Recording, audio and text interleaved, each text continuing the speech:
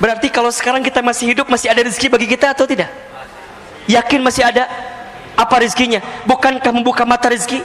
Bukankah bernapas rezeki? Bukankah kita melihat keluarga rezeki? Bukankah kita masih punya sahabat rezeki? Bukankah kita masih bisa menikmati hidup adalah rezeki? Jangan pernah membatasi rezeki pada sifat yang bentuknya materi saja. Terlalu kecil, terlalu kerdil kalau kita membatasi rezeki pada bab yang sifatnya rupiah saja, yang pada sifat duitnya saja. Gaji terbatas, tapi rezeki Allah tidak terbatas. Gaji ada selipnya, tapi rezeki tidak ada selipnya. Bismillahirrahmanirrahim. Assalamualaikum warahmatullahi wabarakatuh. Subhanallahi wa bihamdihi, subhanallahil azim, adada khalqihi wa ridha nafsihi wa zinata arshihi wa midada kalimatihi. Asyhadu an la ilaha illallah wahdahu la syarikalah wa asyhadu anna Muhammadan abduhu wa rasuluh. Allahumma sholli ala sayyidina Muhammadin sallallahu alaihi wasallam. Dan tentu kita berharap kepada Allah, setiap hari yang kita jalani adalah hari-hari yang kita isi dalam kebaikan dan perbaikan. Maka orang beriman yang cerdas dalam hidupnya adalah dia yang paling banyak mempersiapkan bekal untuk kehidupan setelah kehidupan dunia ini. Rasulullah SAW pernah menyampaikan, satu kali Rasul pernah ditanya oleh seorang, "Ya Rasulullah, siapakah orang beriman yang paling utama hidupnya, yang paling mulia hidupnya?" Maka Rasulullah SAW kemudian menjawab, orang beriman yang paling mulia, yang paling utama hidupnya adalah ahsanuhum khuluqa, yang paling baik akhlaknya. Kemudian seseorang itu bertanya kembali, lantas siapakah orang beriman yang paling cerdas dalam hidupnya? Maka Rasulullah SAW kemudian menjawab, yang paling cerdas dalam hidupnya adalah dia yang paling banyak ingat mati dan mempersiapkan bekal kematiannya. Allahu Akbar. Bapak Ibu yang dirahmati Allah, dalam beberapa hari kebelakang, bulan kebelakang, kita banyak mendengar kabar saudara kita, sahabat kita, teman kita, tetangga kita yang sudah dipanggil usianya oleh Allah Subhanahu wa taala, baik karena wabah COVID-19 atau karena penyakit yang lain. Apa sebenarnya renungan yang bisa kita dapatkan? Tentu yang paling utama adalah membuat kita harus semakin ingat, merenung bahwa kita semua juga sama, tinggal menunggu detak-detik perjumpaan dengan kematiannya saja. Yang membedakan mereka yang sudah diambil usianya dengan kita adalah hanya waktu take off-nya saja, hanya waktunya saja. Beliau lebih duluan, nah kita barangkali belum diberikan kesempatan untuk itu. Hanya kita semua percaya bahwa kita semua pasti akan berjumpa dengan bab yang namanya kematian itu. Kullu nafsin dha'iqatul maut. Setiap yang bernafas, setiap yang berjiwa pasti akan meninggal, pasti akan mati. Maka ada 3 wasiat yang pernah disampaikan oleh malaikat Jibril alaihi salam kepada baginda Nabi Muhammad sallallahu alaihi wasallam, yang saya kira wasiat ini perlu kita renungi juga oleh kita sebagai umat Nabi sallallahu alaihi wasallam agar kita bisa menjalani hidup dengan tenang dan bahagia. Ahilman, apa wasiatnya? Ada 3. Yang pertama, kata Jibril, "Ya Muhammad, wahai Muhammad, ishma syi'ta fa innaka mayyitun." Hiduplah kamu sesuka kamu ingin hidup, silahkan. Tapi ingat, fa innaka mayyitun, kamu akan berjumpa dengan yang namanya kematian. Maka Bapak Ibu hadirin yang dirahmati Allah, setiap saat ketika kita masih diberikan kesempatan hidup di dunia oleh Allah, ingatlah bahwa kita pasti akan kembali kepada Allah. Inna lillahi wa inna ilaihi raji'un. Ya. Sehingga Apa yang kita mintakan kepada Allah selama kita hidup? Selama kita hidup, kita pengen bener hidup selamat di jalan Allah dan wafat dalam keadaan baik di jalan Allah. Kan doa yang sering kita bacakan itu kan, Allahumma inna nas'aluka salamatan fid din wa afiyatan fil jasad wa ziyadatan fil ilmi wa barakatan fil rizqi wa taubatan qabla al maut wa rahmatan indal maut wa maghfiratan ba'dal maut. Allahumma hawwin alaina fi syakaratil maut wan najata minan nar wal afwa indal hisab. Hidup selamat, sehat afiat, ilmu bertambah, rizki barokah, taubat sebelum wafat, rahmat ketika wafat, ampunan setelah wafat. Ya Rabb, ringankan sakaratul kami ya Rabbal alamin. Itu yang kita mintakan. Maka Bapak Ibu yang dirahmati Allah, berkali-kali Ahilman sampaikan kepada Bapak Ibu hadirin sekalian, kalau hari ini kita masih diberikan kesempatan usia oleh Allah, ingat dua hal saja. Yang pertama, boleh jadi karena amal kita masih sedikit, sehingga Allah berikan kesempatan usia agar di sisa usia ini kita sibuk beramal. Ya, kita tutupin kekurangan kita yang dulu gitu loh. Ustadz, dulu saya sering berbuat maksiat. Ustadz, dulu sering saya berbuat dosa. Oke, yang dulu pernah kita lakukan, tutup itu semua, bertaubat kepada Allah kalau salah. Kalau itu dosa, tinggalkan. Kalau itu maksiat, berhenti, bertaubat kepada Allah. Yakin, innallaha yuhibbut tawwabina wa yuhibbul mutatahhirin. Sesungguhnya Allah mencintai orang yang senantiasa bertobat. Kenapa dia bertobat? Karena dia tahu banyak dosa, kemudian dia mensucikan dirinya. Allah suka kepada orang yang bertobat, minta ampun, bertobat, minta ampun, bertobat, minta ampun. Allah suka, Bapak Ibu yang dirahmati Allah, hadirin yang dirahmati Allah. Maka tutup keburukan kita, tutup maksiat kita, tutup dosa kita. Dengan cara apa nutupinnya? Dengan kebaikan kita di waktu sekarang. Apa yang bisa jadi motivasi bagi kita? Bahwa kita semua pasti akan berjumpa dengan yang namanya kematian. Tidak ada nasihat yang paling luar biasa dalam kehidupan kita kecuali nasihat tentang zikrul maut, ingat kematian. Kita lagi futur, lagi down, lagi nggak semangat, Ustaz, lagi nggak semangat nih, ingat mati. Saat kita sedang istiqomah di jalan Allah, futur, kita lagi down, ingat kematian. Saat kita dakwah, kemudian kita menyerah, Ustaz, capek lah dakwah ini, udahlah biarin aja yang lain. Shh, ingat kematian. Nggak lama hidup di dunia ini, sebentar saja. Maka kalau kita masih diberikan kesempatan usia, ingat boleh jadi amal kita masih sedikit, sehingga kita isi dengan amal-amal kebaikan ke depan. Atau yang kedua, boleh jadi karena dosa kita masih banyak, sehingga di sisa usia ini Allah minta kepada kita untuk banyak minta ampun, bertobat kepada Allah Subhanahu wa ta'ala. Maka perintah Nabi jelas sekali kan? Jelas sekali. Ya, bertakwalah kalian kepada Allah haitsuma kunta, dimanapun kalian berada. Kemudian wa'at bi'is sayyi'ata bil hasanati tamhuha, dan ikutkanlah keburukan dengan kebaikan, maka niscaya kebaikan yang kamu lakukan bisa menutupi keburukanmu di masa lalu. Dan hadirkanlah akhlak yang baik selama hidup dengan akhlak yang Allah sukai dan senangi dalam kehidupan ini.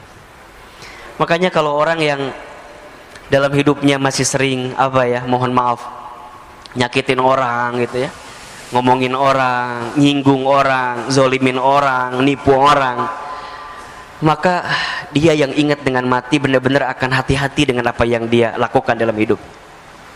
Kenapa? Karena setiap orang akan diwafatkan oleh Allah sesuai dengan kebiasaannya saat hidup di dunia. Jadi kalau Bapak Ibu hadirin ingin bertanya, Ahilman kira-kira bagaimana keadaan nanti saya setelah hidup di dunia ini? Simpel saja, lihat saja bagaimana kehidupan kita di dunia. Itu gambaran. Itu gambaran. Maka jangan pernah berhenti berbuat baik, karena kita tidak pernah tahu kebaikan mana yang akan menerangi alam kubur kita nantinya. Sederhana saja. Kalau bertemu orang senyum saja. Tabassumuka fi wajhi akhika shadaqatika. Senyummu di wajah saudaramu adalah sedekah. Ada seseorang yang ketika nanti dia kembali kepada Allah, ternyata kuburannya lapang, terang. Karena apa? Karena modal sedekah yang dihadirkan. Apa sedekahnya? Hanya dengan sekedar dia begitu menebar senyuman bagi semua orang. Bukankah kata Nabi, di antara amalan yang paling disukai oleh Allah salah satunya adalah sururun tudkhilhu 'alan nas, menempatkan kebahagiaan di hati orang lain. Jadi saat kita membahagiakan bagi orang, itu sudah jadi amal yang Allah sukai juga. Ya syukur-syukur kalau agak lebih gitulah, nggak hanya senyum gitu ya. Senyum plus transparannya gitu. Nah itu lebih keren banget itu. Karena begitu banyak orang yang sudah kembali kepada Allah, hari ini mereka minta dibangkitkan kembali, minta dihidupkan kembali. Apa permintaannya? Fa'asaddaqa wa akun minas solihin. Ya Rabb, jangan engkau wafatkan kami dan engkau hidupkan kami sebentar saja, maka aku akan menjadi ahli sedekah dan akan menjadi orang yang soleh. Maka nasihat pertama, wasiat pertama, ishma syi'ta fa innaka mayyitun. Hiduplah kamu sesuka kamu ingin hidup, tapi ingat kamu akan berjumpa dengan yang namanya kematian. Wasiat yang kedua, ya Muhammad, kata Jibril alaihi salam, wa ahbib man syi'ta fa innaka mufarriquh. Cintailah siapapun orang yang kamu cintai, silahkan, tapi ingat kamu akan berpisah dengan orang yang kamu cintai itu. Hari ini ayah bunda mencintai anak-anak gitu. Tapi ingat, sebesar apapun cinta kita kepada keluarga kita, akan ada satu masa, satu waktu kita berpisah dengan anak-anak yang kita cintai itu. Seorang suami mencintai istrinya, istri mencintai suaminya, silahkan. Tapi harus siapkan space di hati kita bahwa suatu saat pasti kita akan berpisah dengan orang-orang yang kita cintai itu. Barangkali ini pesan untuk kita yang boleh jadi dalam beberapa waktu ke belakang kehilangan seseorang yang kita cintai gitu. Ada seorang anak yang kehilangan orang tuanya, ada orang tua yang kehilangan anaknya, ada istri yang kehilangan suaminya, ada suami yang kehilangan istrinya, ada kita yang kehilangan sahabat, saudara yang kita cintai. Sikap terbaik adalah terima keadaan itu. Dan yang kedua, siapkan bekal terbaik agar kita bisa berkumpul kembali dengan orang yang kita cintai itu. Maka doakanlah orang-orang yang sudah kembali kepada Allah, karena mereka sungguh menanti doa-doa dari kita yang masih hidup ya. Doa-doa dari kita yang masih hidup sangat menanti, sangat menunggu. Tapi kan Ustadz, gitu kan, kadang ada bahasa tapi gitu. Saya tuh lah, kalau nggak ada suami saya, kalau nggak ada ayah saya, kalau nggak ada ibu saya, gimana kehidupan saya dan segala macamnya. Ya, yakin saja Allah selalu lebih tahu mana yang terbaik dibanding kita. Mungkin untuk kita pengennya beliau-beliau tuh masih ada gitu. Tapi ingat, catatan takdir Allah itu lebih baik daripada apa yang kita ketahui selama ini. Wa asa an takrahu syai'an wa huwa khairul lakum wa asa an tuhibbu syai'an wa huwa syarrul lakum wallahu ya'lamu wa antum la ta'lamun. Boleh jadi kamu membenci sesuatu padahal itu baik bagimu. Boleh jadi kamu menyukai sesuatu padahal itu buruk bagimu. Allah lebih tahu sedangkan kamu tidak mengetahuinya. Maka sikap pertama adalah terima bahwa kita pasti akan berpisah dengan orang yang kita cintai itu. So simpelnya, sederhananya, pesannya, ayah bunda, bapak ibu, jamaah, kalau hari ini kita masih bersama dengan orang yang kita cintai, maka cintailah mereka dengan sepenuh hati, dengan sepenuh cinta, karena kita akan merasakan kehilangan yang paling dalam ketika kita benar-benar kehilangan orang yang kita cintai itu. Maka belajarlah dari sekarang, para suami, para istri, belajarlah mencintai pasangan dengan sempurna, dengan sepenuh hati, dengan sepenuh cinta. Siapkan bekal terbaik bersama, agar ketika nanti kita berpisah di dunia, Allah kumpulkan kembali kita nanti di surganya Allah subhanahu wa ta'ala.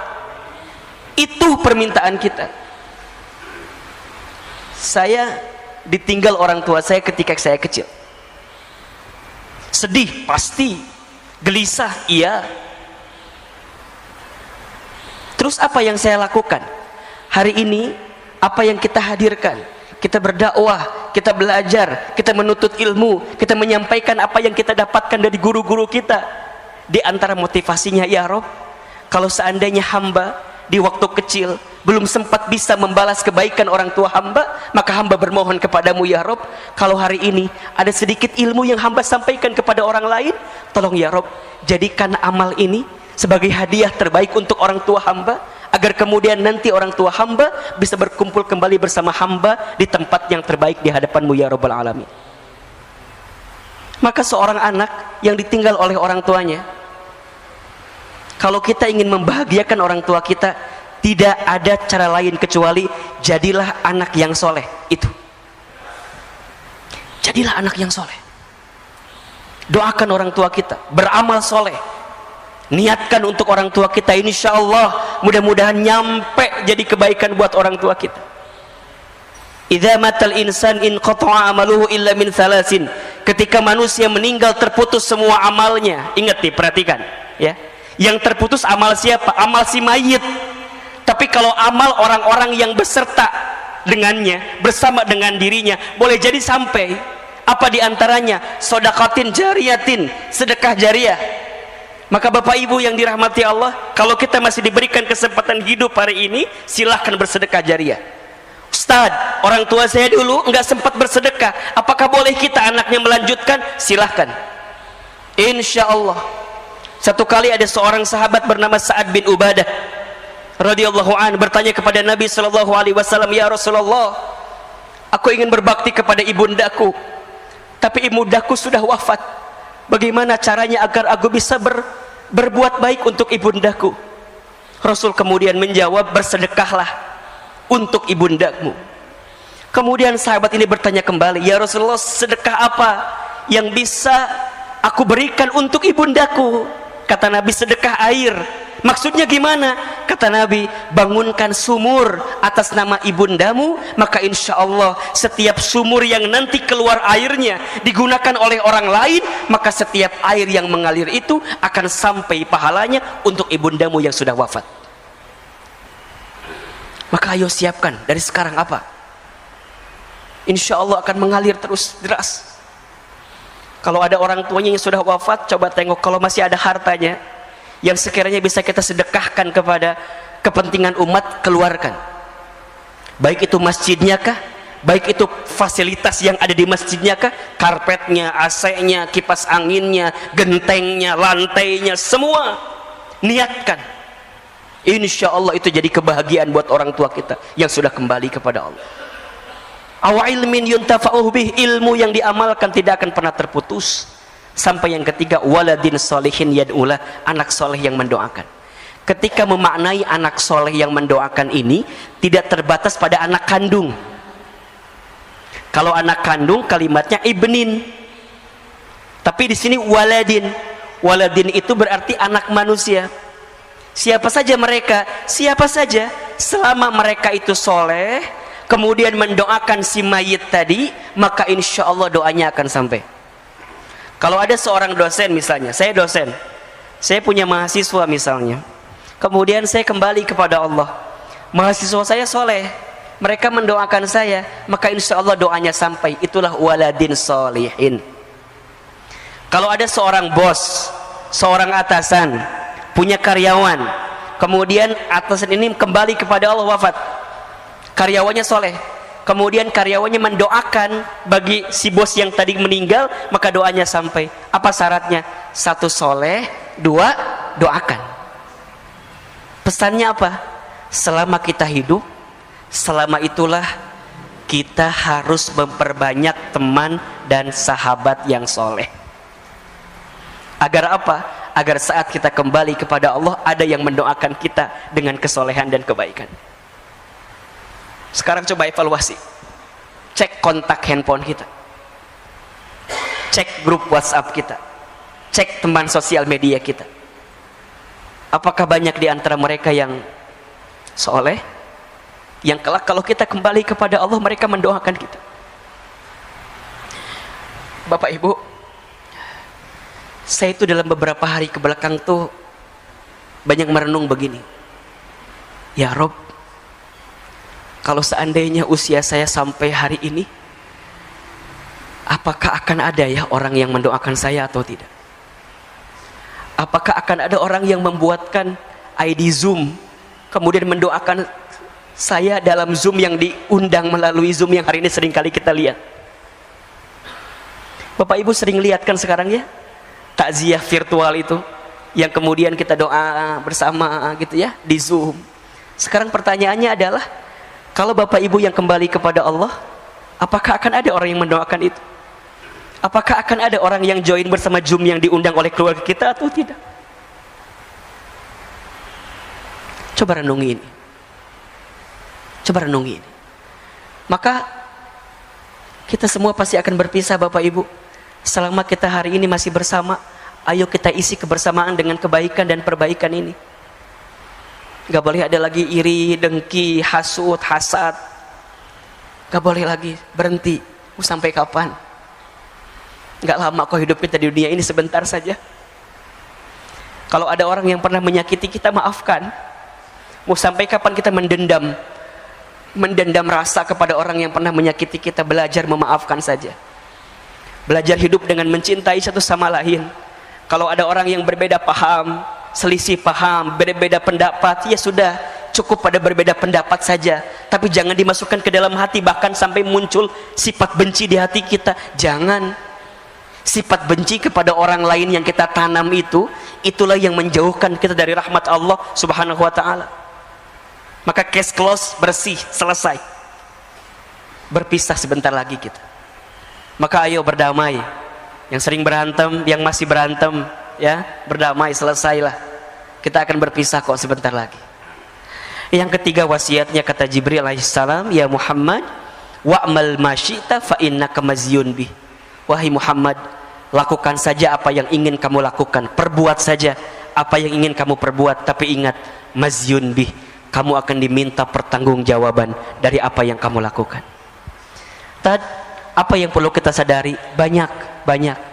Satu, sadar kalau kita hamba Allah yang sangat lemah. La haula wa la quwata illa billah.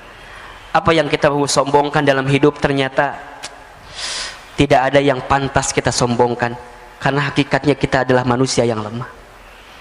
Yang kedua, Allah pengen kita sadar, boleh jadi selama ini banyak dosa-dosa yang pernah kita lakukan, banyak maksiat yang pernah kita kerjakan, sehingga kita harus sadar diri betul bahwa kita harus segera bertaubat kepada Allah. Akui kalau kita zalim, akui kalau kita salah. Bukankah sifat pengakuan diri terhadap kesalahan itu adalah sesuatu yang sangat disukai oleh Allah dalam diri kita? Ketika Nabi Adam alaihi salam itu dikeluarkan dari surga karena berbuat sesuatu yang dibenci oleh Allah, apa yang Nabi Adam melakukan? Berdoa dengan mengakui kesalahannya. Rabbana dzalamna anfusana wa illam taghfir lana wa tarhamna lanakunanna minal khasirin. Rabbana dzalamna, ya Rabb, dzalamna, kami zalim. Akui salah. Ketika Nabi Yunus terlockdown di perutnya ikan paus, apa yang Nabi Yunus lakukan? Berdoa. Doanya apa? Pengakuan tentang kesalahan, tentang kekurangan. Diabadikan juga dalam Al-Quran. La ilaha illa anta Subhanaka inni kuntu minadz zalimin. La ilaha illa anta, tiada Tuhan selain Engkau ya Allah. Subhanaka, maha suci Engkau. Inni, sesungguhnya aku, kuntu minadz zalimin, aku berada dalam golongan orang-orang yang zalim, salah. Akui kalau kita banyak dosa, akui kalau kita banyak salah, sadar diri. Wa ma asabakum min musibatin fabima kasabat aydikum wa ya'fu an katsir. Dalam surat Asy-Syura ayat 30 Allah sampaikan, dan apa-apa musibah yang menimpa kamu sekalian itu disebabkan oleh apa? Oleh ulah perilaku tangan kamu sekalian. Tuh. Berarti apa Ustaz? Kita banyak dosa? Iya, banyak salah. Siapa yang paling banyak dosanya? Saya. Gitu. Siapa yang paling banyak dosa? Siapa yang paling banyak dosa? Siapa yang paling banyak dosa? Saya. Jangan sibuk dengan aib orang, jangan sibuk dengan dosa orang lain. Sibuklah dengan dosa kita, karena kita banyak dosa. Terus gimana Ustadz? Ya, walaupun kita banyak dosa, kita yakin Allah Maha Pengampun. Kan itu. Maka apa yang ketiga? Sadar diri bahwa tidak ada yang bisa menolong kita kecuali siapa? Allah. Itu. Di tengah kondisi ujian ini, Allah pengen kita makin berserah kepada Allah, makin yakin ke Allah, makin bersandar ke Allah. Jangan-jangan selama ini kita jauh dari Allah. Akui kita lemah, akui kita banyak dosa. Yang ketiga, akui, sadar kalau kita butuh pertolongan Allah Subhanahu wa ta'ala, karena tidak ada yang bisa menolong kita kecuali Allah. Hasbunallah wa ni'mal wakil, ni'mal maula wa ni'man nasir. Itu ada satu doa, ini bagus sekali, doa yang dibacakan oleh Nabi Musa alaihissalam ketika menyeberangi lautan bersama Bani Israel. Boleh Bapak Ibu amalkan doa ini ya. Hafal nggak doanya? Pernah dengar belum kira-kira ya? Doanya, Allahumma lakal hamdu wa ilaikal mustaka wa antal musta'an wa la hawla wa la quwwata illa billahil aliyyil azim. Coba saya sekali, Bapak Ibu sekali. Allahumma lakal hamdu wa ilaikal mustaka wa antal musta'an wa la hawla wa la quwwata illa billahil aliyyil azim. Ini doanya. Doa ketika Nabi Musa menyeberangi lautan bersama Bani Israel. Jadi bahasanya lagi mepet nih, lagi himpit kan? Di depan lautan, di belakang pasukan Firaun. Ya kan? Mikirnya ke depan udah pasti kecebur ke laut, kalau balik ke belakang ditangkap oleh Firaun. Bingung kan apa yang terjadi? Maka keluarlah doa yang tadi. Allahumma ya Allah, lakal hamdu, hanya untukmu segala pujian ya Rabb. Wa ilaikal mustaka, dan hanya kepadamu lah aku mengadu ya Rabb gitu. Hanya kepadamu lah aku curhat. Hanya kepadamu lah aku menggelisahkan urusanku, masalahku, kesulitanku, persoalanku, bebanku. Wa ilaikal mustaka, hanya kepadamu ya Allah mustaka. Ishtaka ya Rabb, aku ngadu, aku ngeluh ya Rabb. Bapak Ibu, ngeluh tuh boleh apa enggak? Boleh, asalkan ngeluhnya sama siapa? Punten. Ngeluh sama Allah boleh, berarti doa. Yang tidak boleh adalah ngeluh kepada manusia. Kalau kita ngeluh kepada manusia, berarti kita tidak ridho dengan apa yang Allah berikan, dan kita tidak bersandar kepada Allah. Ngeluh Ustaz, wa ilaikal mustaka, kepada Allah. Kenapa harus kepada Allah? Apa kata Nabi Musa? Wa antal musta'an ya Rabb, karena hanya Engkau yang bisa menolong kami ya Rabb. Ya Rabb. Yang bisa menolong kita siapa? Allah. Wala haula wala quwata illa billah. Sungguh tidak ada daya upaya, tidak ada kemampuan kecuali Engkau ya Rabb yang memberikan kemampuan kepada kami. Maka hari ini Bapak Ibu yang dirahmati Allah Subhanahu wa taala, kita diajarkan untuk benar-benar bersandar kepada Allah. Hati-hati. Hati-hati ya. Jangan bersandar kepada selain Allah. Berharap kepada manusia adalah patah hati yang disengaja. Kalau ingin bahagia, berharapnya sama Allah saja. Hari ini kita berharap kepada apa yang kita lakukan juga salah, tapi berharaplah kepada Allah. Di tengah pandemi, prokes jalan terus, harus. Itu ikhtiar kita. Vaksin, bismillah, jalan terus. Tapi ingat, di balik itu semua, kita harus bertawakal kepada Allah. Bismillahirrahmanirrahim. Allah, la haula wa la quwata illa billahil aliyyil azim. Kesombongan kita, keangkuhan kita yang tidak bersandar kepada Allah lah yang kemudian akan mengundang azab dalam diri kita, musibah dalam diri kita, dan sesuatu yang menyakitkan dalam diri kita. Maka ya, jalani ikhtiar dengan terbaik, tapi ingat yang menentukan semuanya adalah Allah. Maka sadar diri betul, banyak minta pertolongan kepada Allah ya. Banyak minta ampun kepada Allah, karena di tengah kondisi ini Allah sangat menanti-nanti doa-doa kita. Allah menanti-nanti apa yang kita hadirkan. Termasuk di tengah kondisi seperti ini, yang benar-benar kita perlu hadirkan selama hidup adalah sikap kita dalam menyikapi semuanya. Tolong catat baik-baik ya. Ada 4 kunci hidup bahagia ini. Yang pertama, ridho dengan apa yang Allah berikan kepada kita. Ini penting sekali.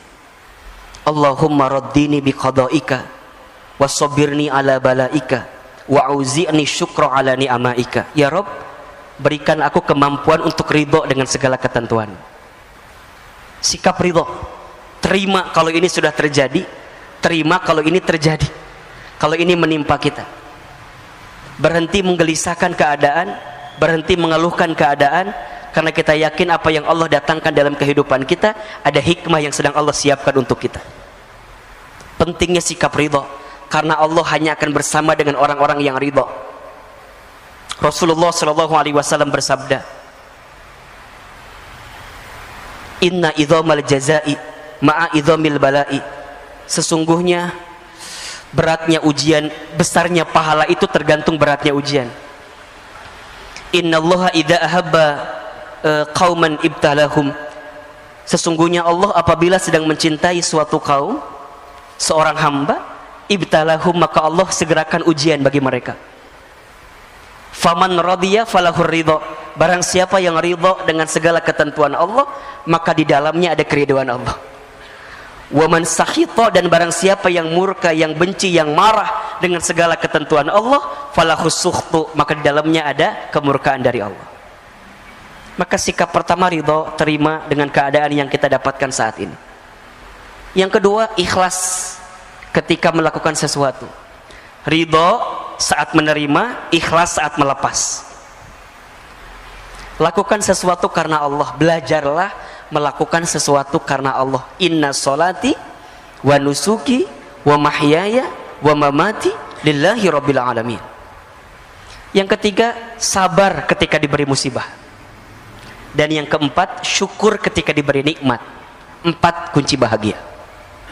Ridho ketika menerima, ikhlas ketika melepas, sabar ketika ditimpa musibah, syukur ketika diberi nikmat.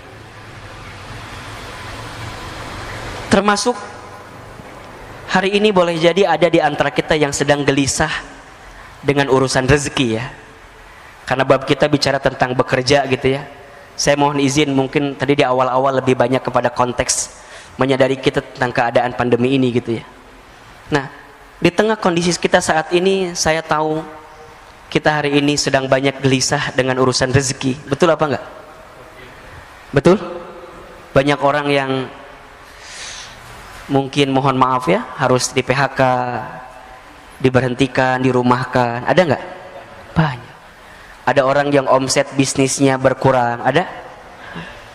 Ada.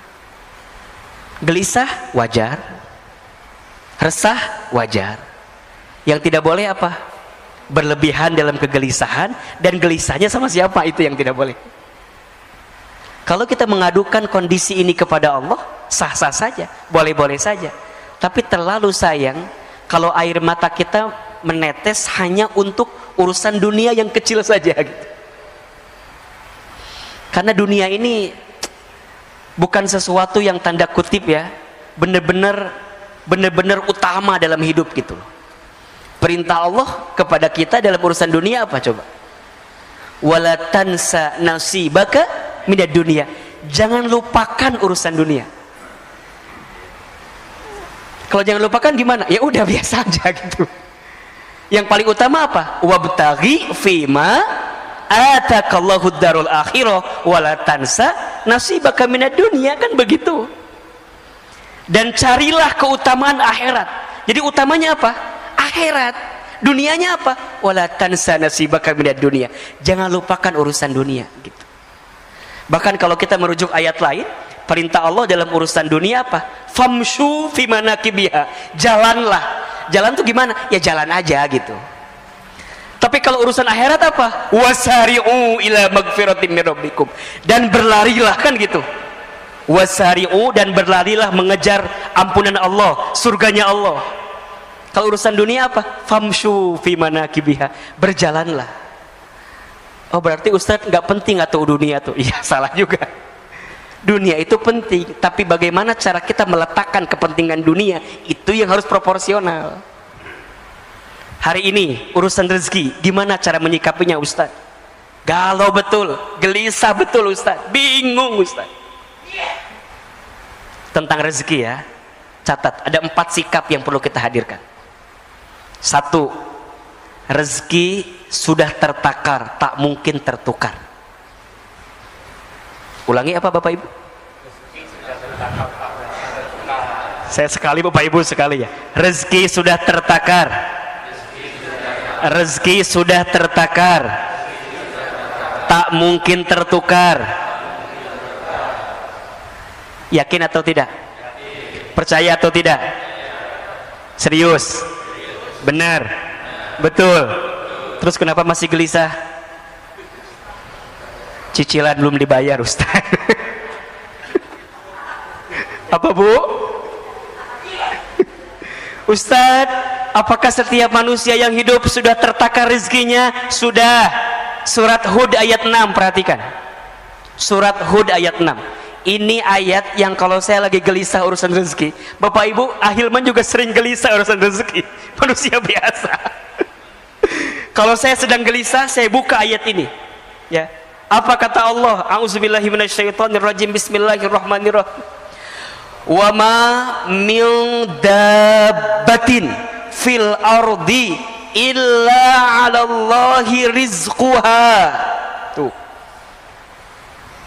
Wa ma min dabbatin, dan tidak ada makhluk yang melata hidup fil ardi, di muka bumi. Jadi bahasa gampangnya, makhluk yang melata aja gitu. Makhluk yang melata aja gitu. Apalagi kita yang tidak melata. Kita melata atau tidak? Yang melata contohnya apa? Apa Bu yang melata? Cicak.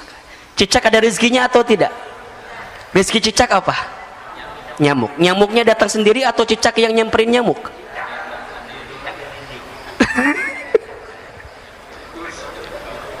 Yang nyamperin nyamuk ke cicak atau cicak ke nyamuk?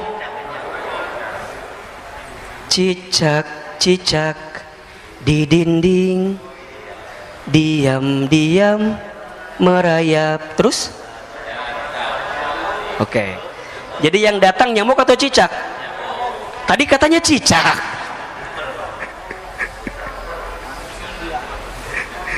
Tidak usah memperdebatkan nyanyian itu lah ya.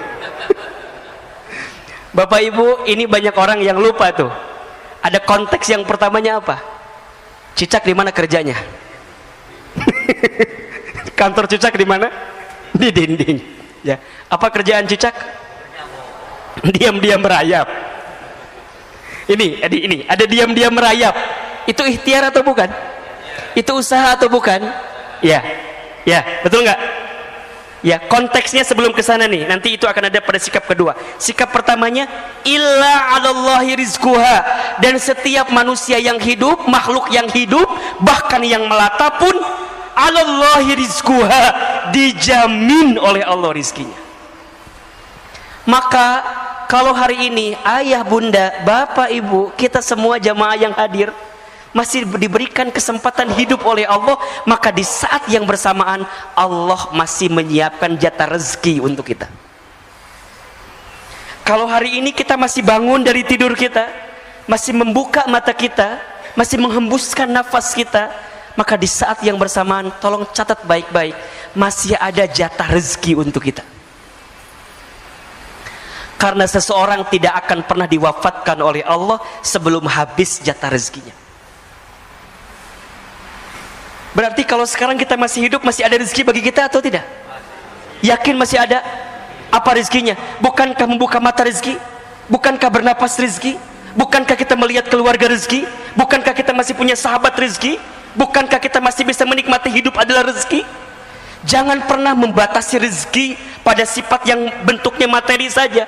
Terlalu kecil, terlalu kerdil kalau kita membatasi rezeki pada bab yang sifatnya rupiah saja, yang pada sifat duitnya saja.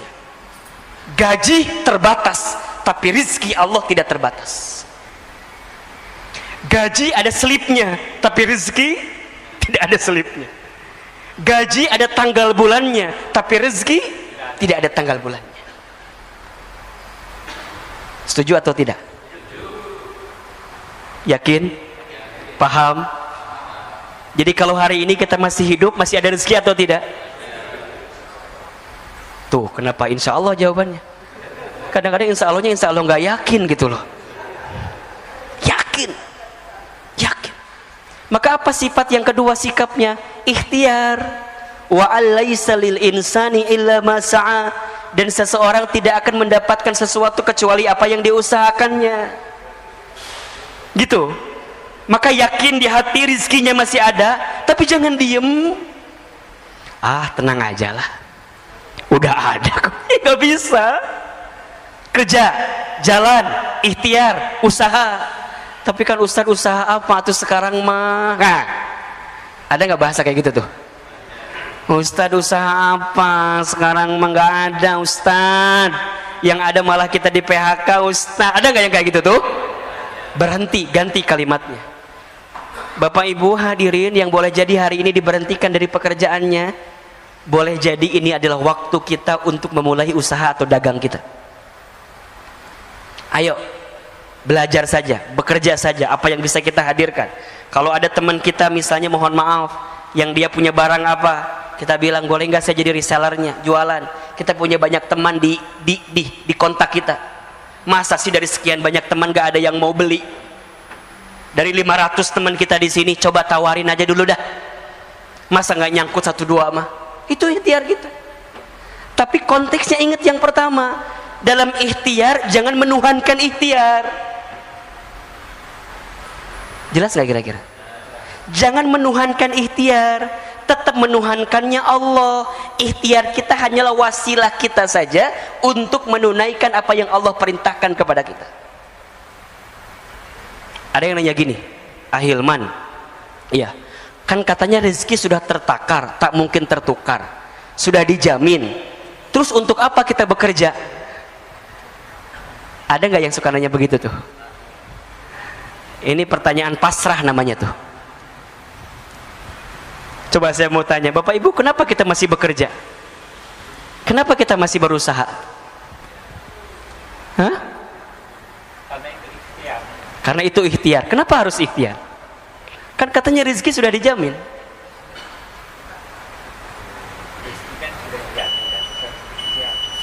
Oke, kalau Bapak Ibu belum bisa menjawab ini, berarti selama ini kita masih menuhankan ikhtiar kita. Cukup sampai sini kajian kita? Atau lanjut? Tunggu sebentar ya. Gini, Bapak Ibu, ikhtiar, usaha, dagang, kerja itu adalah bagian kewajiban kita untuk memenuhi perintah Allah dalam kehidupan kita. Itu jelas?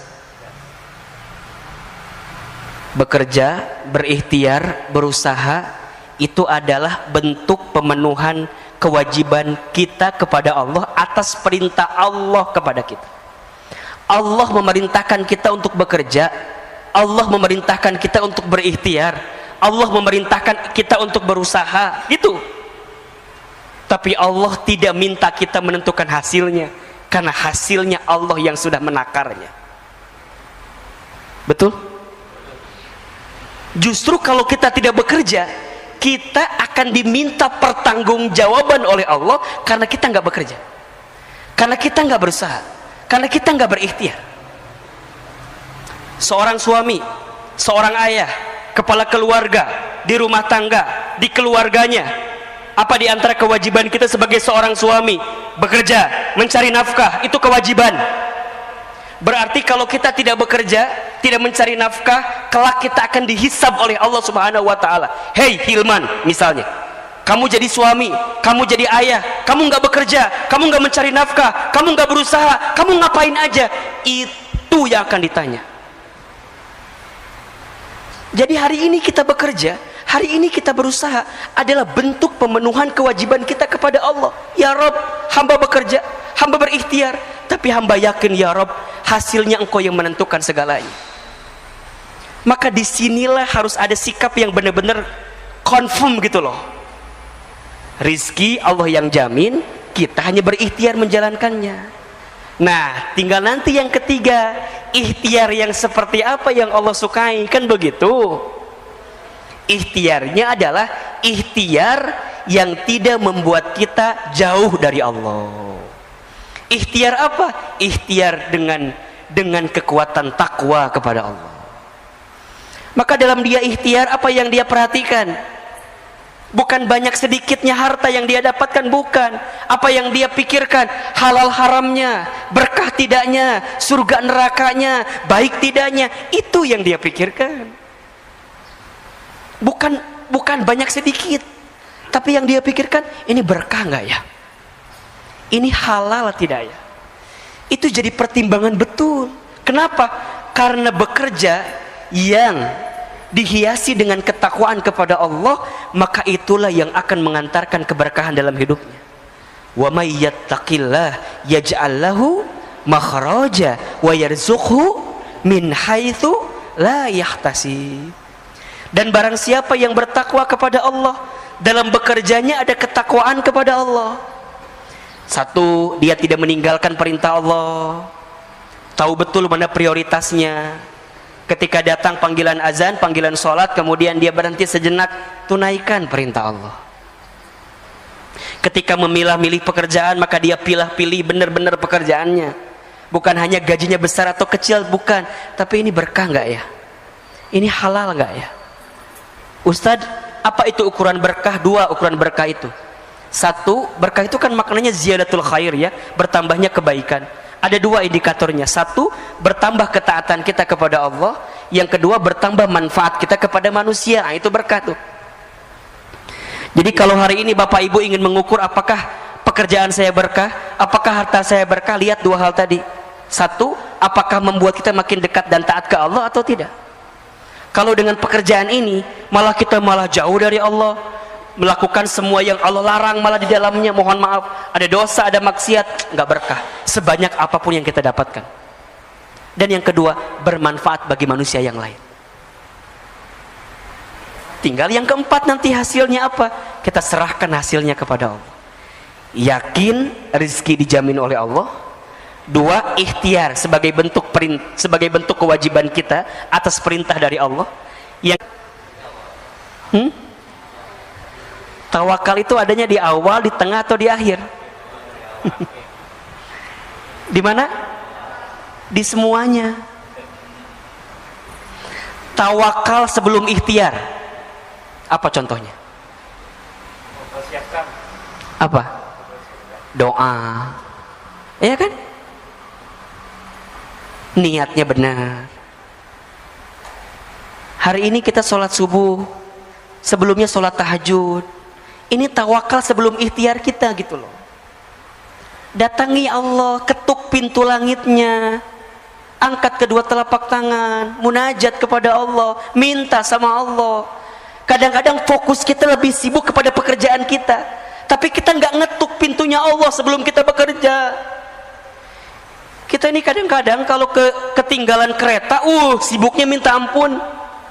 Tapi kita lupa ini untuk menengadahkan tangan, untuk bermohon kepada Allah dengan urusan-urusan dunia kita agar Allah menuntun kita. Maka ada tawakal sebelum ikhtiar. Bagaimana caranya? Datangi Allah, bangun di sepertiga malam, sholat tahajud, munajat, zikir, doa, muhasabah, nangis di hadapan Allah. Mohon maaf, kalau kita menginginkan sesuatu tapi masih belum terbukti dengan sholat tahajud kita, berarti kita masih belum serius, belum bersungguh-sungguh menginginkan sesuatu yang kita mintakan kepada Allah. Maka hari ini Bapak Ibu, sahabat saya yang sedang sulit urusan dunianya, urusan rezekinya, ayo bangun di sepertiga malam, minta sama Allah. Nangis kalau bisa. Bukankah waktu sepertiga malam itu adalah waktu yang sangat istimewa? Janji Allah kepada kita surat Al-Isra 79. Wa minal laili fatahajjad bihi nafilatan laka asa ayyab'asaka rabbuka maqaman mahmuda. Dan di waktu malam fatahajjad bihi, bangunlah kamu. Untuk apa? Dirikan salat tahajud nafilatan laka, sebagai tambahan untuk dirimu. Apa yang Allah janjikan kepada kita? Asa ayyab'asaka rabbuka maqaman mahmuda. Maka niscaya Allah akan angkat derajat hidupmu maqaman mahmuda, ke tempat yang mulia. Ayo bangun, bangun. Ini bagian ikhtiar kita tawakal kepada Allah. Kemudian sholat 2 rakaat sebelum subuh. Bukankah kita tahu pesan dari Nabi SAW, barang siapa yang menunaikan sholat 2 rakaat sebelum waktu subuh, maka sama dengan dia mendapatkan pahala seperti mendapatkan apa? Dunia beserta isinya. Itu baru sholat sunnahnya 2 rakaat sebelum subuh. Gimana sholat subuhnya? Gitu cara membacanya. Kadang-kadang kita mah, Ustadz, berarti cukup atau Ustadz ya 2 rakaat sebelum subuh, subuhnya nggak sholat. Salah ini. Sebelum subuhnya aja udah dapat dunia beserta isinya, apalagi sholat subuhnya. Apa yang dia dapatkan? Dunia, akhirat, semua. Bahkan barang siapa yang salat subuh berjamaah di masjid, maka fi zimmatillah, maka di hari itu dia sedang berada dalam penjagaan Allah Subhanahu wa taala. Insyaallah. Kalau sudah Allah jaga, apa yang kita risaukan? Kalau sudah Allah jaga, apa yang kita gelisahkan? Betul atau tidak? Berarti ada tawakal sebelum ikhtiar. Yang kedua, tawakal ketika ikhtiar. Gimana maksudnya? Kita hanya memilih mana yang baik menurut Allah, bukan yang baik menurut kita. Karena yang baik menurut kita belum tentu baik di mata Allah, tapi yang baik menurut Allah itu pasti baik untuk kita. Maka benar-benar dia pertimbangkan, ini baik nggak ya, ini enggak ya, ini halal nggak ya, ini haram nggak ya. Itu tawakal kepada Allah. Dan dia tidak meninggalkan kewajibannya kepada Allah. Termasuk kewajiban kita kepada Allah adalah ikhtiar dan usaha kita. Sampai yang ketiga, tawakal ba'da ikhtiar. Tawakal setelah ikhtiar. Kita serahkan hasilnya kepada Allah. Maksimalkan ikhtiar, kuatkan doa, hasilnya kita serahkan kepada Allah, karena Allah lebih tahu apa yang diberikan untuk kita semua. Maka Bapak Ibu yang dirahmati Allah, hadirkan syukur di hati kita. Betul-betul bersyukur. Banyak sekali nikmat yang Allah berikan kepada kita. Belajarlah menghadirkan sifat qanaah namanya. Qanaah itu merasa cukup dengan apa yang Allah berikan kepada kita. Dalam urusan apa? Urusan dunia. Merasa cukup. Ya, cukup. Kan enak ya Pak? Hidup cukup tuh enak gak Pak? Enak, cukup. Mau renovasi rumah? Cukup. Mau ganti kendaraan? Cukup. Anak SPP sekolah? Cukup. Apalagi? Naik haji? Cukup. Mau umroh? Cukup. Nikah lagi? Okay. Jangan itu maaf. Cukup. Cukup. Insyaallah. Dan ada satu doa kan yang Nabi juga anjurkan kepada kita kalau kita keluar rumah dalam ikhtiar. Bismillahirrahmanirrahim. Allah la haula wala quwata illa billah. Barang siapa yang membaca doa ini ketika keluar rumahnya untuk ikhtiar, maka Allah akan berikan kecukupan, ketenangan dan keselamatan. Dah. Pada akhirnya ujungnya apa? Kita kembali kepada Allah. Maka siapkan rezeki yang halal saja, siapkan rezeki yang berkah saja. Jangan gelisahkan rezekimu, karena rezeki sudah tertakar, tak mungkin tertukar. Tapi gelisahkanlah bagaimana caramu mendapatkan rezeki itu, karena itu yang akan Allah tanya dalam kehidupan kita. Allah nggak akan nanya berapa banyaknya, enggak. Tapi Allah akan nanya gimana dapatnya, kan gitu. Pakai apa, dibelanjainnya kemana, itu. Halo, jelas tidak? Kalau ditanya banyaknya, PPATK lebih tahu dibanding dibanding kita, karena sudah ada transaksinya kan? Ya enggak? Kita mau nyumbang berapa triliun sekarang? Oh, enggak ada ya? Enggak bisa lah. Ya orang enggak ada uangnya gimana kalau memang kalau memang kita enggak bisa, ya enggak bisa lah gitu. Makanya kalau urusan banyak sedikit relatif, betul enggak? Banyak menurut saya belum tentu banyak menurut Bapak Ibu. Coba saya mau tanya, 1 miliar itu banyak atau sedikit? Tergantung siapa yang ngelihat. Betul nggak? Bagi saya, banyak banget. Banyak banget. Karena boleh jadi belum pernah saya ngelihat uang 1 miliar depan mata saya. Tapi bagi Bapak Ibu jamaah MRBJ kan 1 miliar mah tuh, ngedip doang kali. Ya, jamaah Bintaro kan rumahnya aja minimal 4 miliar. Halo? Halo, jelas tidak? Terus apa yang kita gelisahkan sekarang? Halo? Apa yang kita gelisahkan? Kita masih Ustadz, susah. Itu. Saya sering kali ketemu orang itu Bapak Ibu. Kalau ketemu tuh gelisah gitu loh. Ustadz, susah sekarang hidupnya. Ya Allah, rumah dia segede Alaihim.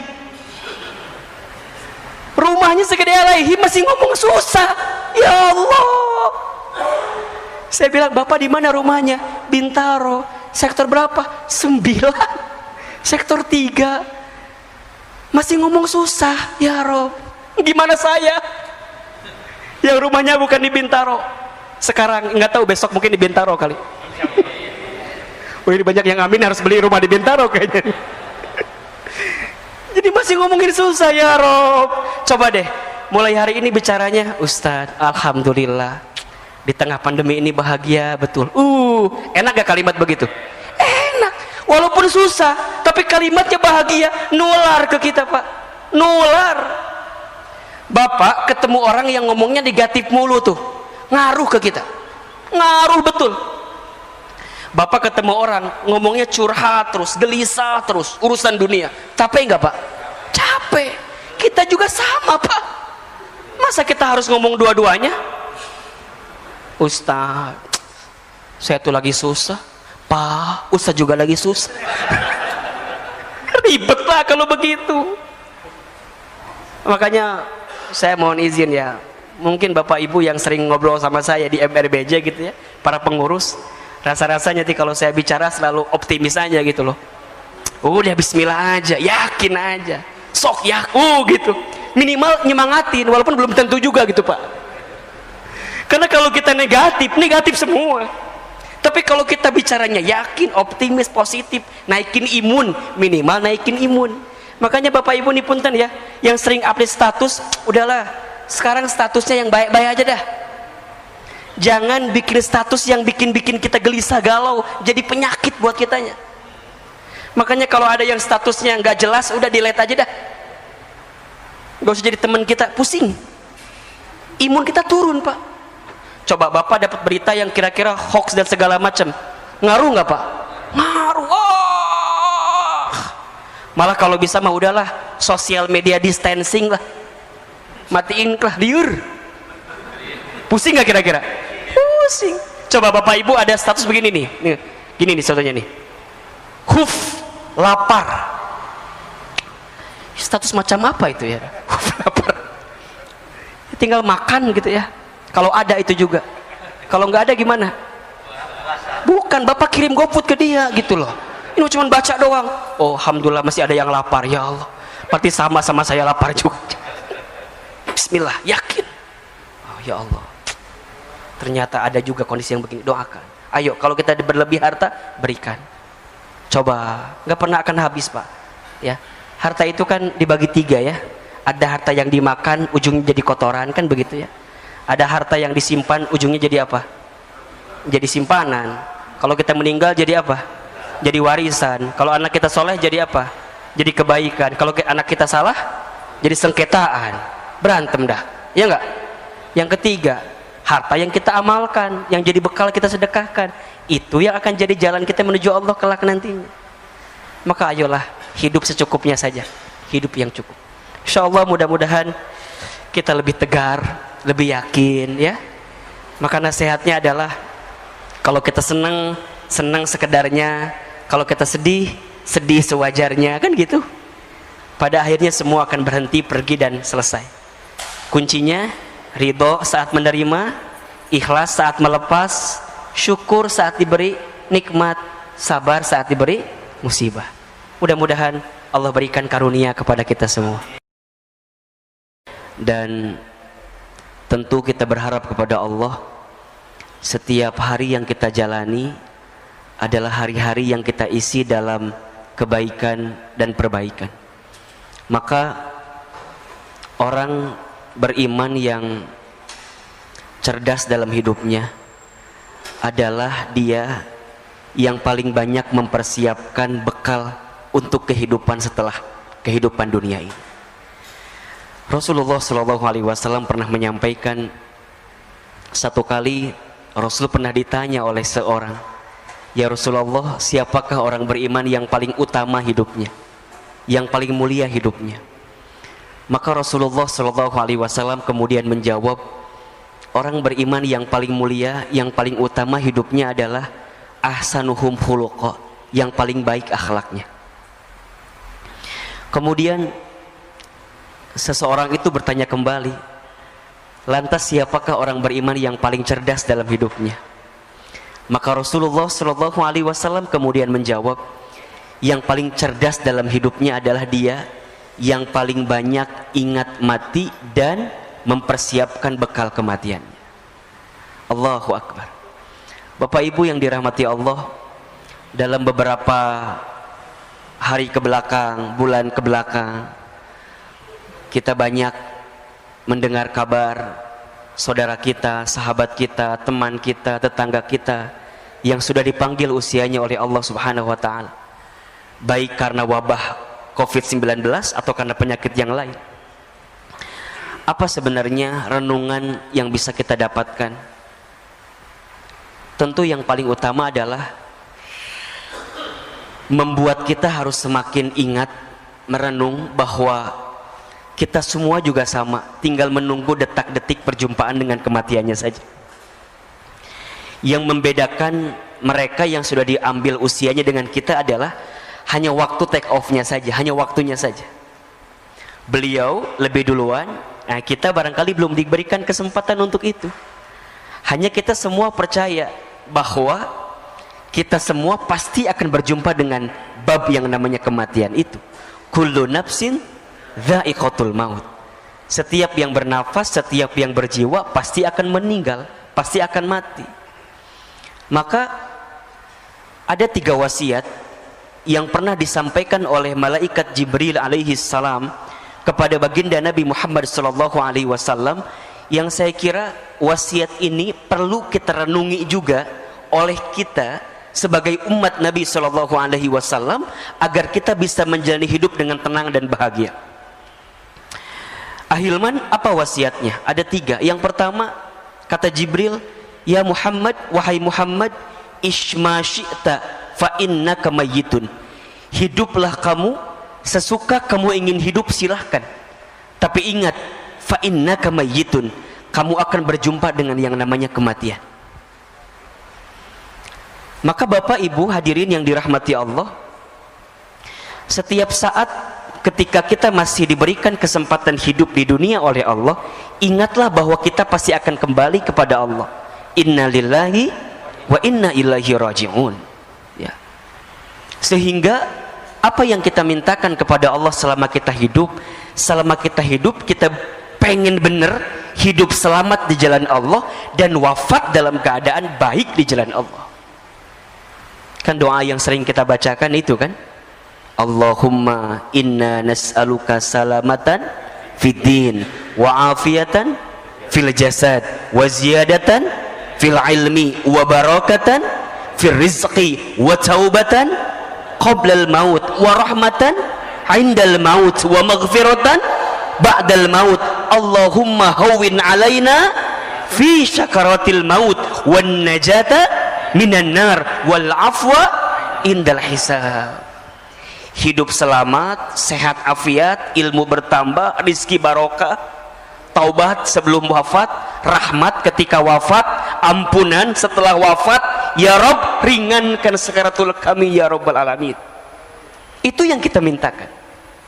Maka Bapak Ibu yang dirahmati Allah, berkali-kali Ahilman sampaikan kepada Bapak Ibu hadirin sekalian, kalau hari ini kita masih diberikan kesempatan usia oleh Allah, ingat dua hal saja.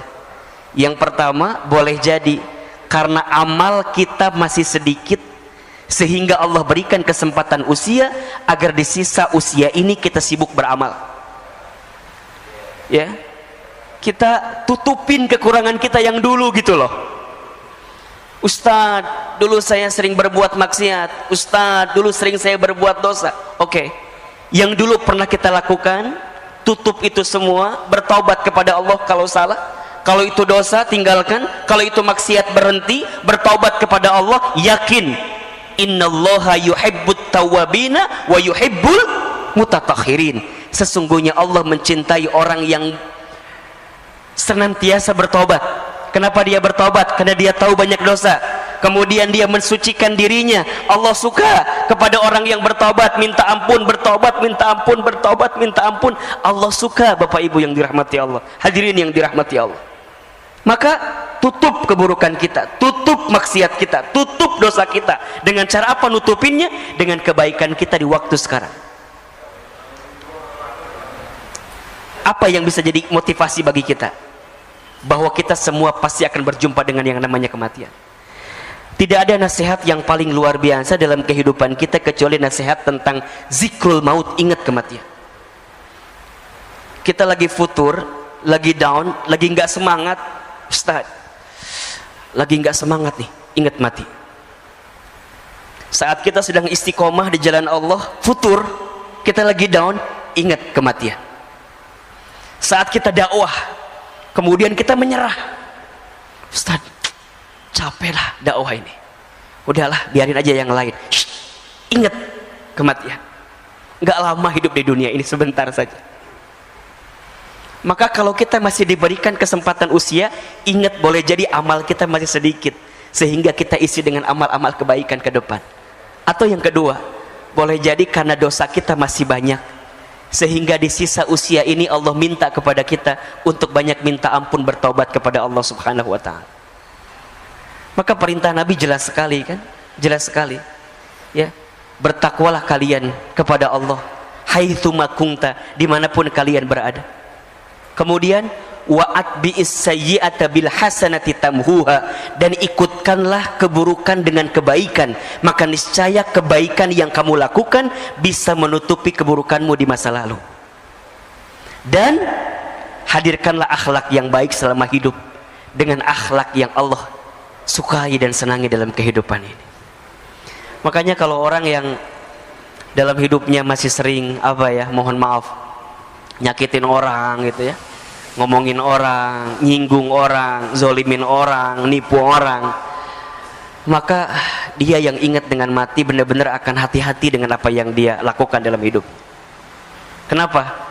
Karena setiap orang akan diwafatkan oleh Allah sesuai dengan kebiasaannya saat hidup di dunia. Jadi kalau Bapak Ibu hadirin ingin bertanya, Hilman kira-kira bagaimana keadaan nanti saya setelah hidup di dunia ini, simpel saja. Lihat saja bagaimana kehidupan kita di dunia. Itu gambaran. Itu gambaran. Maka jangan pernah berhenti berbuat baik. Karena kita tidak pernah tahu kebaikan mana yang akan menerangi alam kubur kita nanti. Sederhana saja. Kalau bertemu orang, senyum saja. Tabassumuka fi wajhi akhika shadaqatika. Senyummu di wajah saudaramu adalah sedekah. Ada seseorang yang ketika nanti dia kembali kepada Allah, ternyata kuburannya lapang, terang. Karena apa? Karena modal sedekah yang dihadirkan. Apa sedekahnya? Hanya dengan sekedar dia begitu menebar senyuman bagi semua orang. Bukankah kata Nabi, di antara amalan yang paling disukai oleh Allah salah satunya adalah sururun tudkhilhu 'alan nas, menempatkan kebahagiaan di hati orang lain. Jadi saat kita membahagiakan bagi orang, itu sudah jadi amal yang Allah sukai juga. Ya syukur-syukur kalau agak lebih gitulah, nggak hanya senyum gitu ya. Senyum plus transparannya gitu. Nah itu lebih keren banget itu. Karena begitu banyak orang yang sudah kembali kepada Allah, hari ini mereka minta dibangkitkan kembali, minta dihidupkan kembali. Apa permintaannya? Fa'asaddaqa wa akun minas solihin. Ya Rabb, jangan engkau wafatkan kami dan engkau hidupkan kami sebentar saja, maka aku akan menjadi ahli sedekah dan akan menjadi orang yang soleh. Maka nasihat pertama, wasiat pertama, ishma syi'ta fa innaka mayyitun. Hiduplah kamu sesuka kamu ingin hidup, tapi ingat, kamu akan berjumpa dengan yang namanya kematian. Wasiat yang kedua,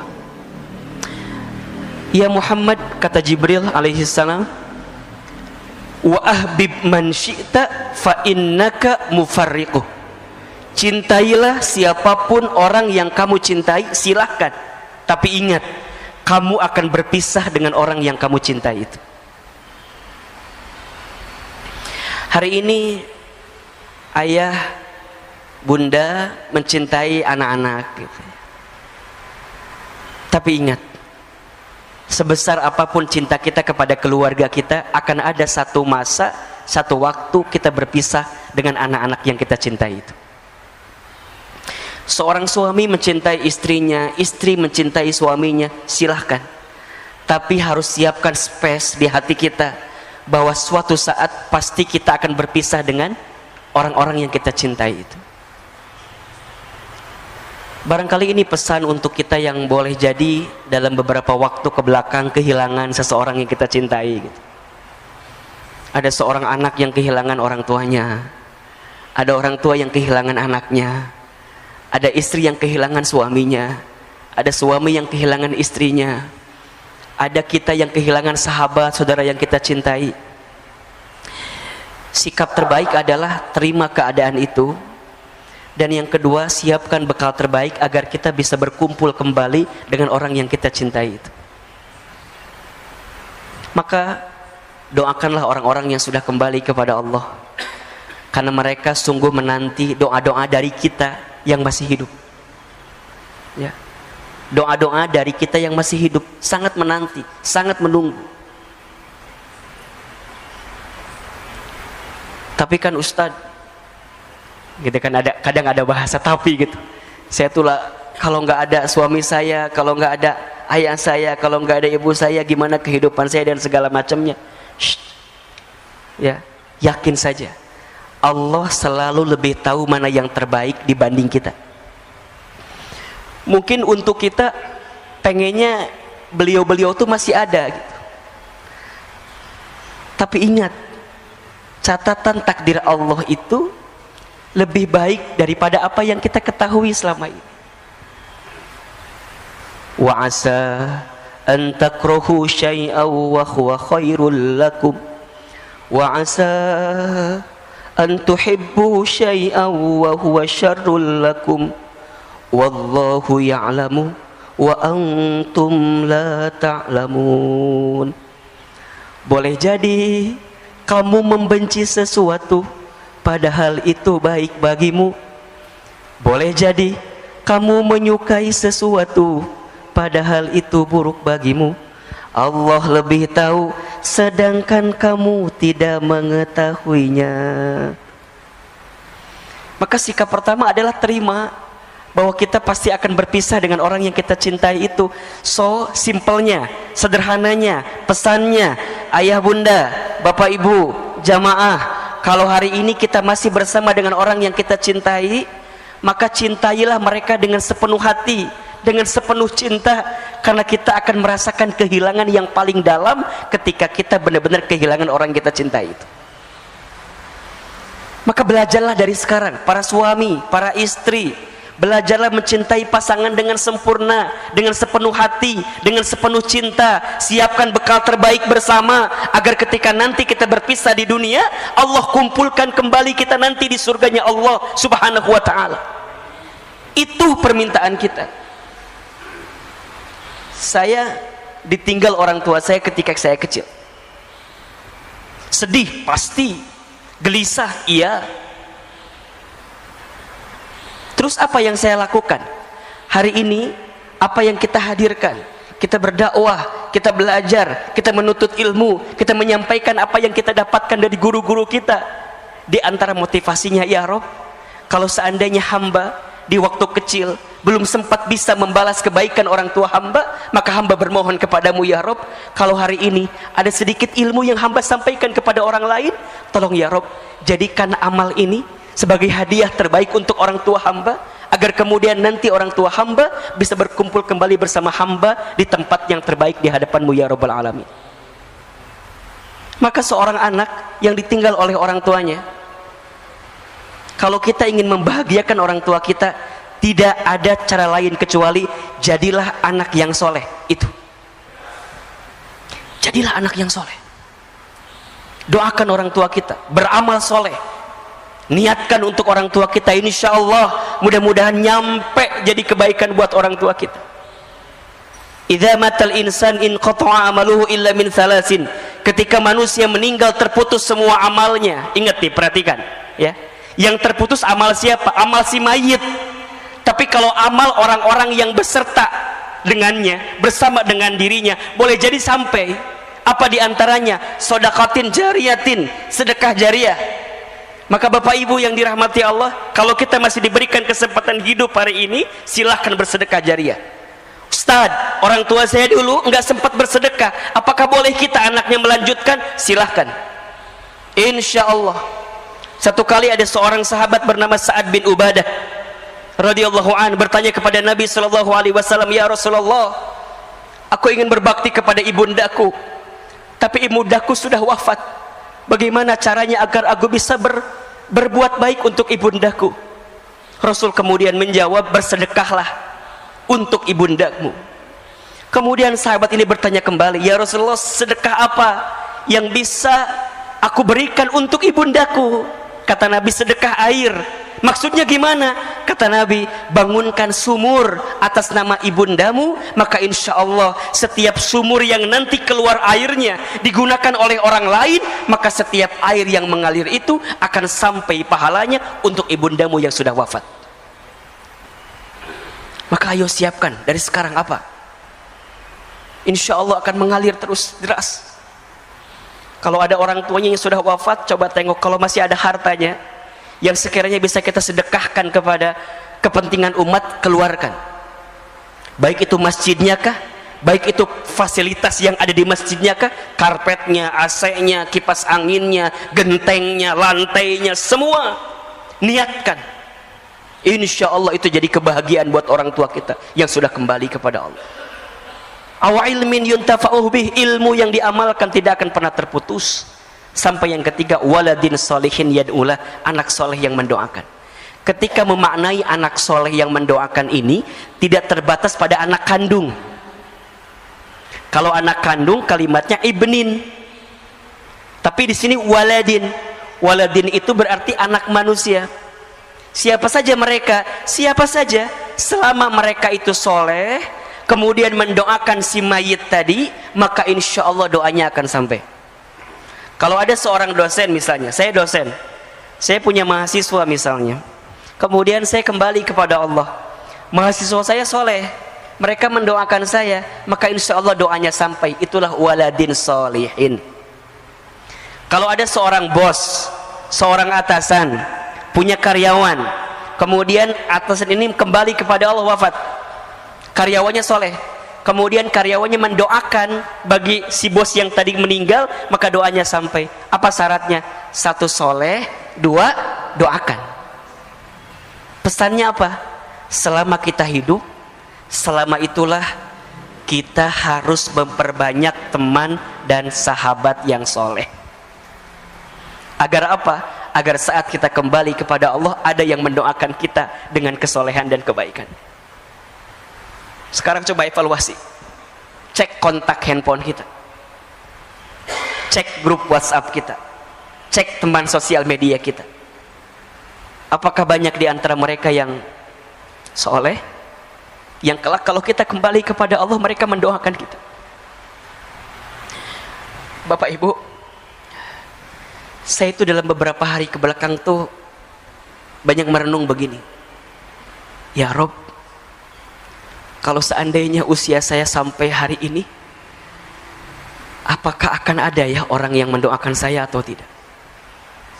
Apakah akan ada orang yang membuatkan ID Zoom kemudian mendoakan saya dalam Zoom yang diundang melalui Zoom yang hari ini sering kali kita lihat?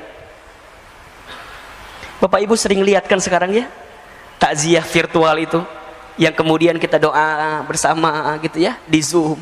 Sekarang pertanyaannya adalah, kalau Bapak Ibu yang kembali kepada Allah, apakah akan ada orang yang mendoakan itu? Apakah akan ada orang yang join bersama Zoom yang diundang oleh keluarga kita atau tidak? Coba renungi ini. Coba renungi ini. Maka kita semua pasti akan berpisah Bapak Ibu. Selama kita hari ini masih bersama, ayo kita isi kebersamaan dengan kebaikan dan perbaikan ini. Gak boleh ada lagi iri, dengki, hasud, hasad. Gak boleh lagi, berhenti.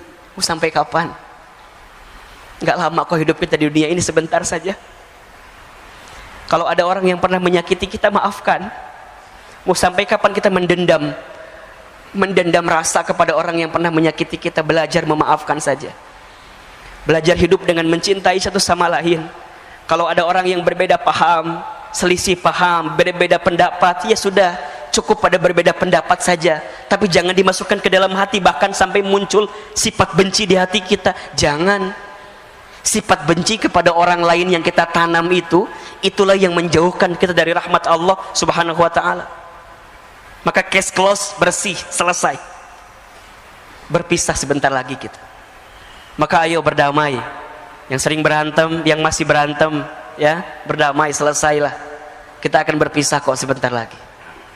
Yang ketiga wasiatnya, kata Jibril alaihissalam, ya Muhammad, wa'mal ma syi'ta fa innaka mazyun bih.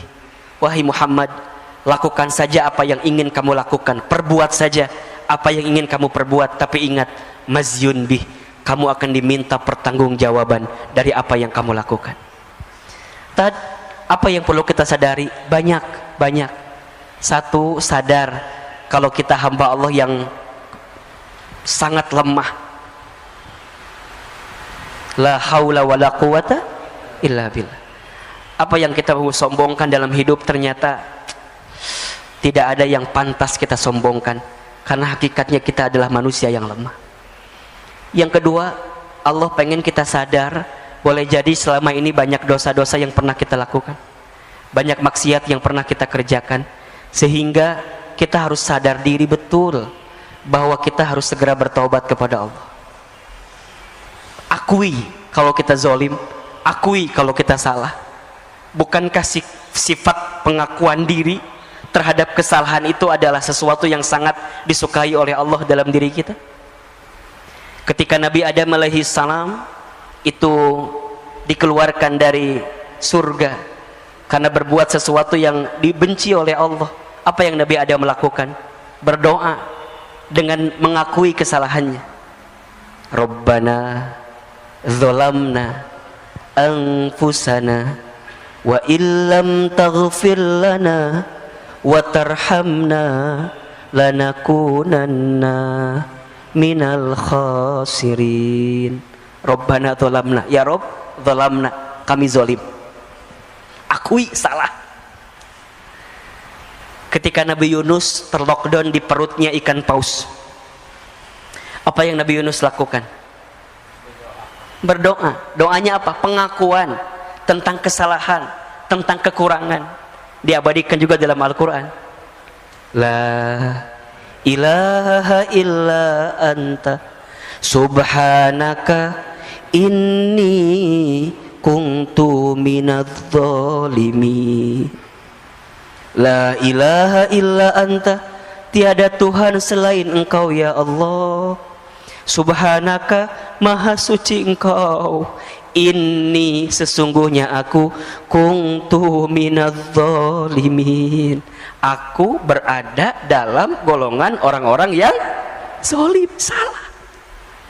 Akui kalau kita banyak dosa, akui kalau kita banyak salah. Sadar diri.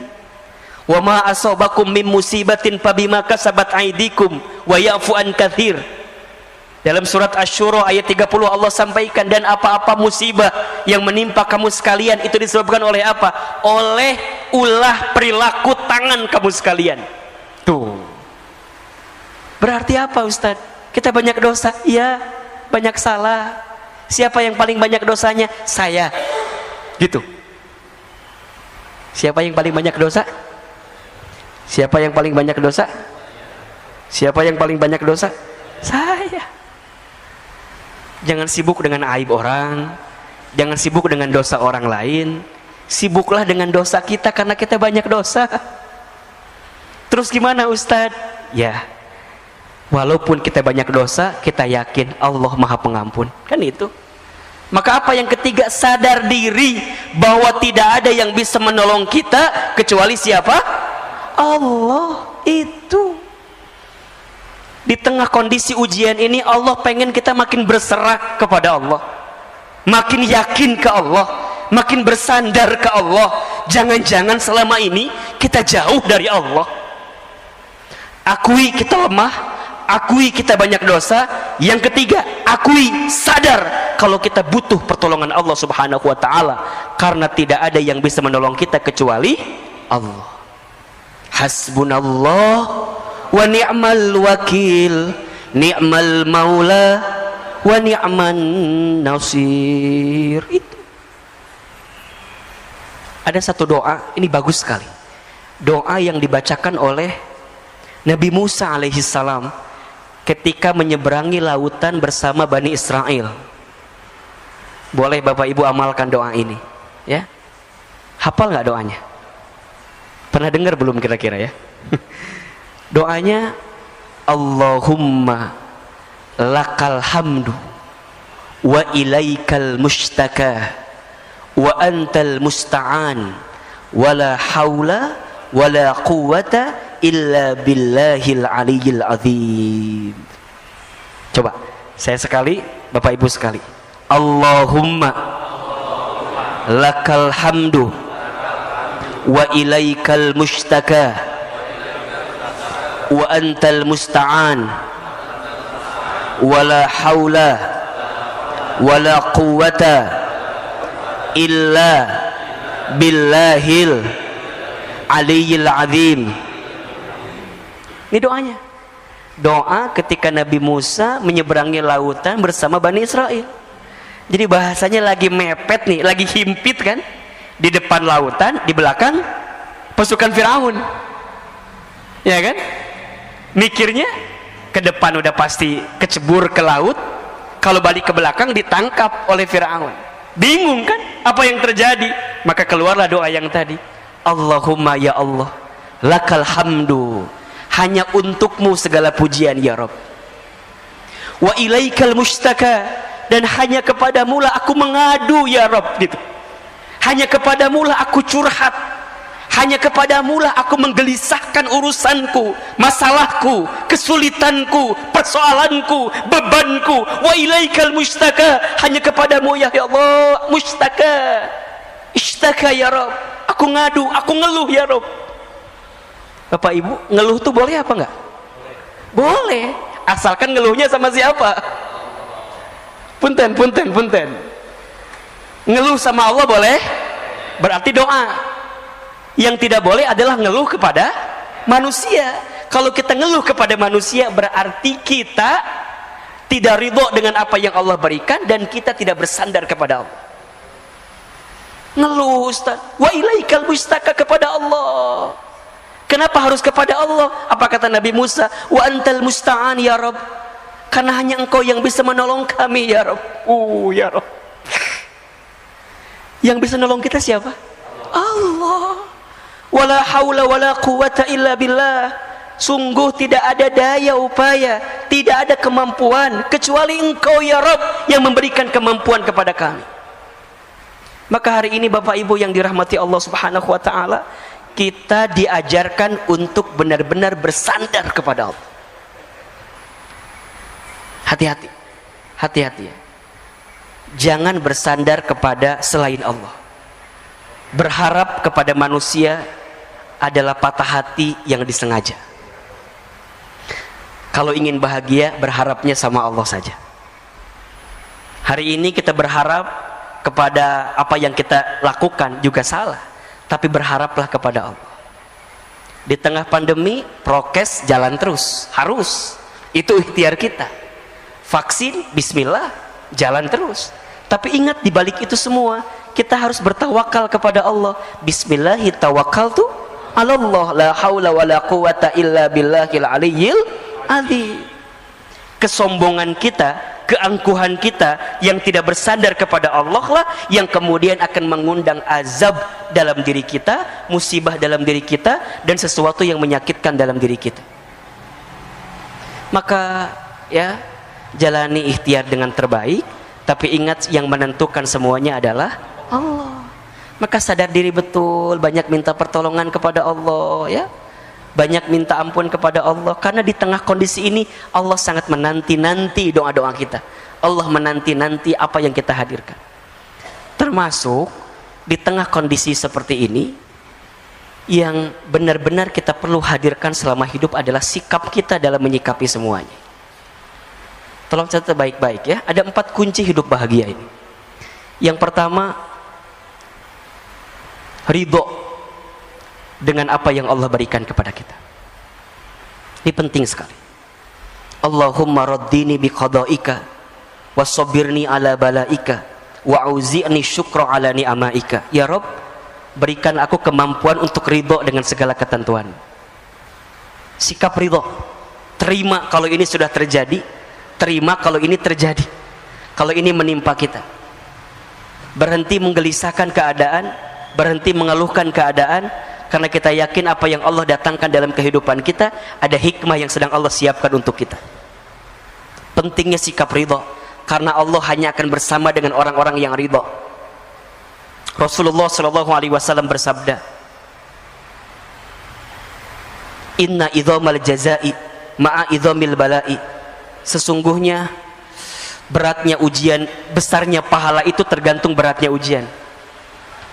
Innallaha idza ahabba qauman ibtalahum. Sesungguhnya Allah apabila sedang mencintai suatu kaum, seorang hamba, ibtalahum, maka Allah segerakan ujian bagi mereka. Faman radiya falahur ridho. Barang siapa yang ridho dengan segala ketentuan Allah, maka di dalamnya ada keridhaan Allah. Waman sakhita, dan barang siapa yang murka, yang benci, yang marah dengan segala ketentuan Allah, falahus sukhtu, maka di dalamnya ada kemurkaan dari Allah. Maka sikap pertama ridho, terima dengan keadaan yang kita dapatkan saat ini. Yang kedua, ikhlas ketika melakukan sesuatu. Ridho saat menerima, ikhlas saat melepas.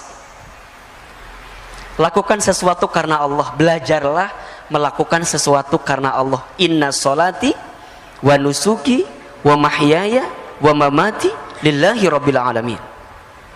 Yang ketiga, sabar ketika diberi musibah. Dan yang keempat, syukur ketika diberi nikmat. 4 kunci bahagia. Ridho ketika menerima, ikhlas ketika melepas, sabar ketika ditimpa musibah, syukur ketika diberi nikmat. Termasuk hari ini boleh jadi ada di antara kita yang sedang gelisah dengan urusan rezeki ya. karena bab kita bicara tentang bekerja gitu ya. Saya mohon izin, mungkin tadi di awal-awal lebih banyak kepada konteks menyadari kita tentang keadaan pandemi ini gitu ya. Nah, di tengah kondisi kita saat ini, saya tahu kita hari ini sedang banyak gelisah dengan urusan rezeki. Betul apa enggak? Betul? Banyak orang yang mungkin mohon maaf ya, harus di PHK, diberhentikan, dirumahkan. Ada enggak? Banyak. Ada orang yang omset bisnisnya berkurang. Ada? Ada. Gelisah wajar, resah wajar. Yang tidak boleh apa? Berlebihan dalam kegelisahan, dan gelisahnya sama siapa, itu yang tidak boleh.